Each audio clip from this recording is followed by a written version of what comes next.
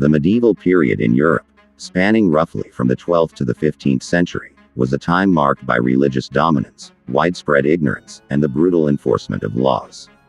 This era witnessed the institutionalization of torture, not merely as a tool of punishment but also as a means to extract confessions, instill fear, and demonstrate power.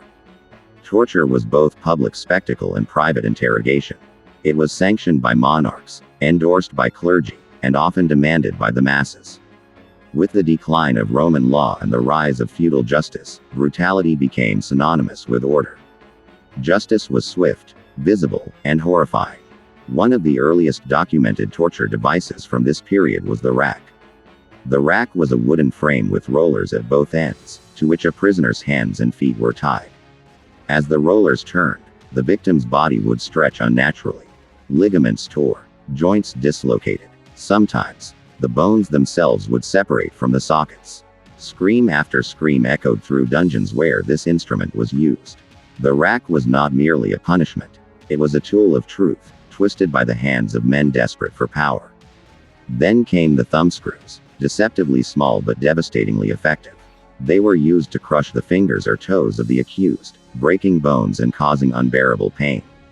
Simple to use and highly mobile, thumbscrews became the go-to device for inquisitors who needed quick confessions. The sound of snapping phalanges and the wails of broken men became common in Europe's darkest corners. The more severe the confession needed, the longer the session went on. One of the most infamous institutions in medieval torture was the Inquisition. Sanctioned by the Church, the Inquisition aimed to root out heresy, often using torture to force people to confess to crimes they never committed. Priests would question accused heretics while they were suspended from ceilings, whipped, or burned with hot irons. The line between justice and sadism blurred into oblivion. The iron chair was another brutal invention of this period. Covered in spikes, the victim was forced to sit on the chair, often naked. Sometimes, hot coals were placed beneath the seat, causing the metal to heat and burn the flesh. The victim could remain seated for hours or days. Blood would flow between the metal spikes as skin tore and muscles twitched uncontrollably. Death was not immediate. Pain was meant to linger. Medieval Europe also bore witness to the use of branding as a form of both punishment and humiliation. Criminals, especially thieves and heretics, were branded on the face or arms with hot irons, leaving lifelong scars. These scars marked them for society, a symbol of shame and pain, forever visible. Some were branded with letters denoting their crimes, such as T for thief or H for heretic. These burns often became infected, leading to slow deaths filled with agony.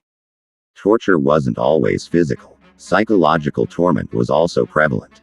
Prisoners were locked in pitch-black cells called oubliettes, where they were left to rot, forgotten by the world. Food and water were given irregularly. Rats and mold became the only companions. Madness often set in before death.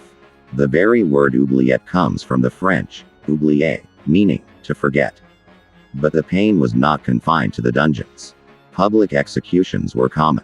People would gather in thousands to witness beheadings, burnings, or hangings. These events were social gatherings, grotesque theater designed to entertain and terrify. Mothers brought children. Vendors sold food. Jesters joked as men died. The blending of entertainment with execution gave rise to an even more terrifying form of control, popularized brutality. The medieval justice system depended heavily on ordeals to determine guilt. One such ordeal was trial by fire, where a person was forced to carry a red-hot iron bar or walk across burning coals. If the wounds healed cleanly, they were deemed innocent. If infected, they were guilty. Science was irrelevant. Faith and fire ruled supreme. Another horrific device was the scavenger's daughter, a metal frame that compressed the victim's body instead of stretching it. The person was folded unnaturally, knees brought to the chest to the legs, until blood flowed from ears, eyes, and mouth. Organs ruptured. Breathing became impossible. And yet, confession still mattered more than mercy. The medieval church was not just a religious institution, it was the supreme power in Europe. Heresy was considered treason, and treason deserved nothing less than divine punishment. As such, the clergy became both judge and executioner. The tools they used to save souls were soaked in blood. The pear of anguish was one such tool, inserted into the mouth, vagina, or rectum and expanded slowly using a screw mechanism. The result was catastrophic internal damage, often followed by death. It was used specifically against women accused of witchcraft or blasphemy. Another device reserved for the immoral was the breast ripper. Heated until red hot, it was clamped onto the breasts of women accused of adultery, heresy, or witchcraft. Flesh was torn off completely. Blood gushed out in waves. The pain was unthinkable. Survivors, if any, were left permanently mutilated, symbolizing their eternal damnation in the eyes of the church. The Judas cradle was equally terrifying. The victim was seated, naked, on a pyramid-shaped seat, its tip penetrating the anus or vagina. Weights were often added to increase pressure. Hours or days passed before death from internal bleeding or infection. The purpose was not immediate death but prolonged humiliation and pain. The person's own body betrayed them. The Iron Maiden, though debated historically, was a device of legend and dread. A standing coffin with interior spikes, it enclosed the victim fully. The spikes were strategically placed, not to kill immediately, but to pierce vital yet non-fatal areas like the stomach, thighs, and shoulders. Blood loss was slow. Pain lasted hours. If it truly existed, it represented the pinnacle of cruel ingenuity. Religious tortures weren't always mechanical.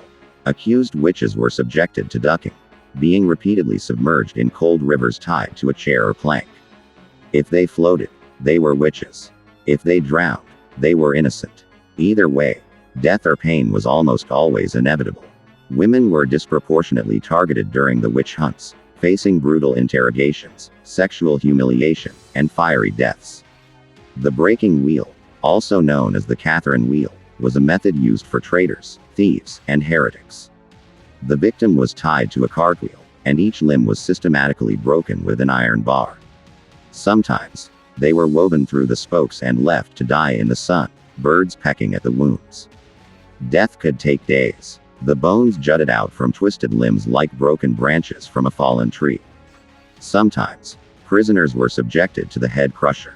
A metal helmet-like device was placed over the head, and a crank would slowly press downward, crushing the skull and facial bones. The teeth shattered, eyes popped from their sockets. Blood spurted from the nose and ears. Eventually, the skull caved in like a rotten fruit.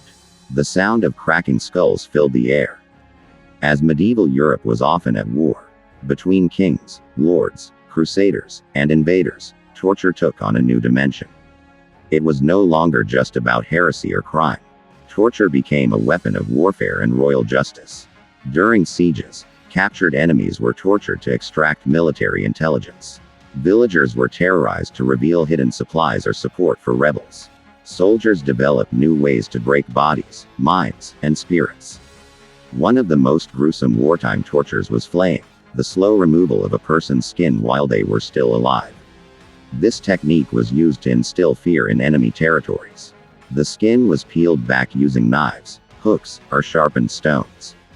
Victims screamed until their vocal cords ruptured. Their exposed muscles bled profusely. Infection was a certainty. Death was a gift that came late.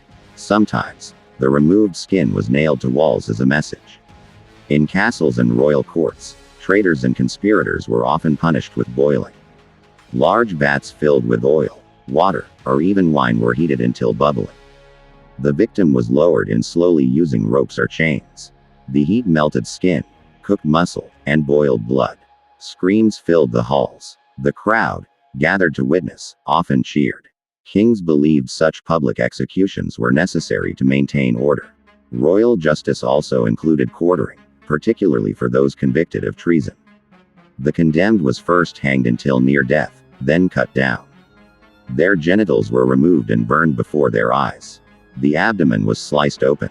Intestines were pulled out and set on fire.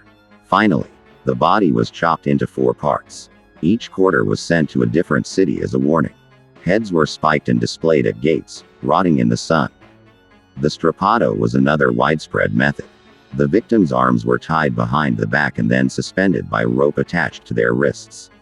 Suddenly, they were dropped. The shoulders dislocated. The arms sometimes tore from the sockets. This method caused minimal visible blood but intense internal damage.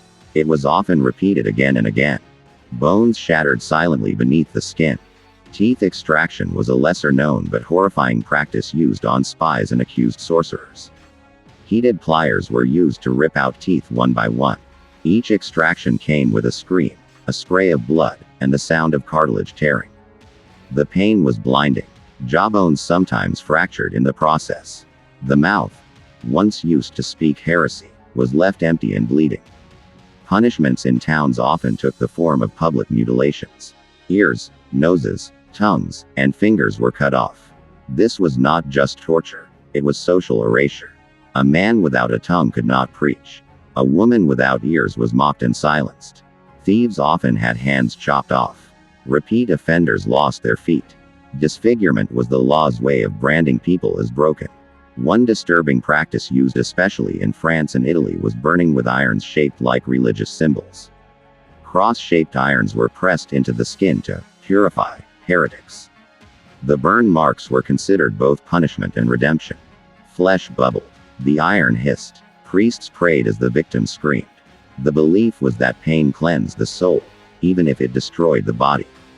Children were not always spared. In some cases, child torture was employed to punish the sins of the family or force parents to confess. Children were whipped, burned, or even killed before their parents' eyes. This psychological torment broke the strongest of minds. A father would rather confess to any crime than see his child suffer. The system knew that, in Eastern Europe, particularly Hungary and Bohemia, a terrifying device called the heretic's fork was used. This was a metal rod with two sharp prongs at both ends. One prong went under the chin, the other pressed into the chest. The device was strapped to the neck so the person could not move their head or speak. If they did, the forks pierced deeper. This method enforced silence during trials or executions. Sometimes the victim choked on their own blood. As the medieval period moved toward its end, kings began to compete for spectacle. Some, like England's Edward I, held large-scale executions that lasted for hours. Others, like Vlad the Impaler of Wallachia, used impalement, where a victim was pierced from the anus or vagina through the mouth using a long spike and hoisted upright. This method often took days to kill a person. Crows fed on their eyes. Blood ran like a river down the pole. The cruelty became legendary. By the late 15th century, torture was both a symbol of justice and chaos. The invention of the printing press meant that stories of torture spread quickly. Fear ruled every village, every city, every court.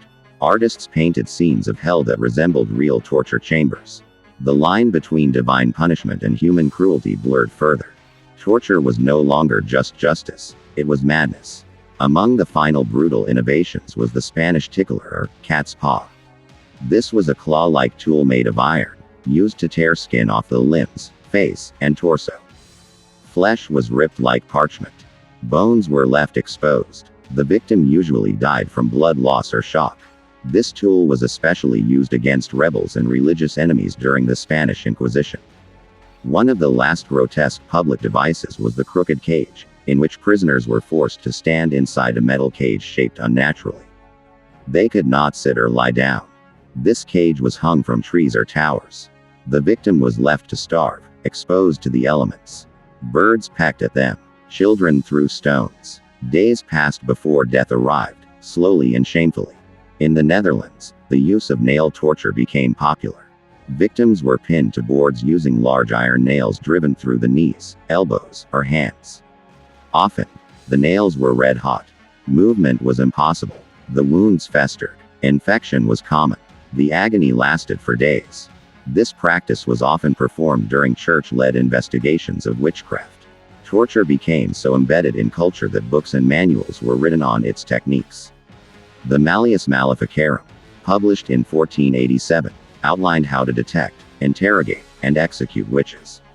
It included sections on how to break women who refused to confess, and how to force silence upon outspoken priests. It became the handbook for Europe's last century of madness.